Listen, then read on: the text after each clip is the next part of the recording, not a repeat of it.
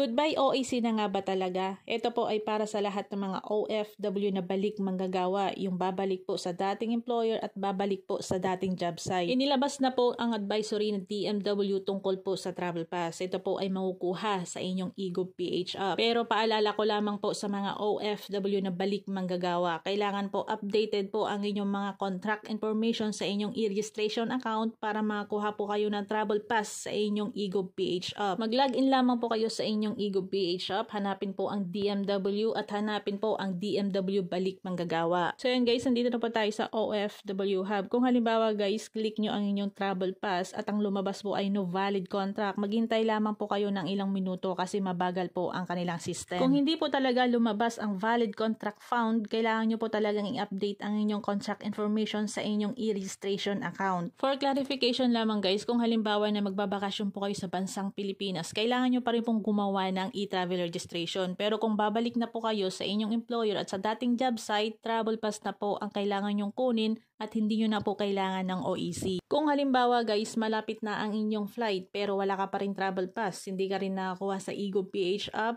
pumunta lamang po kayo sa pinakamalapit na OWA sa inyong lugar para kayo po ay matulungan.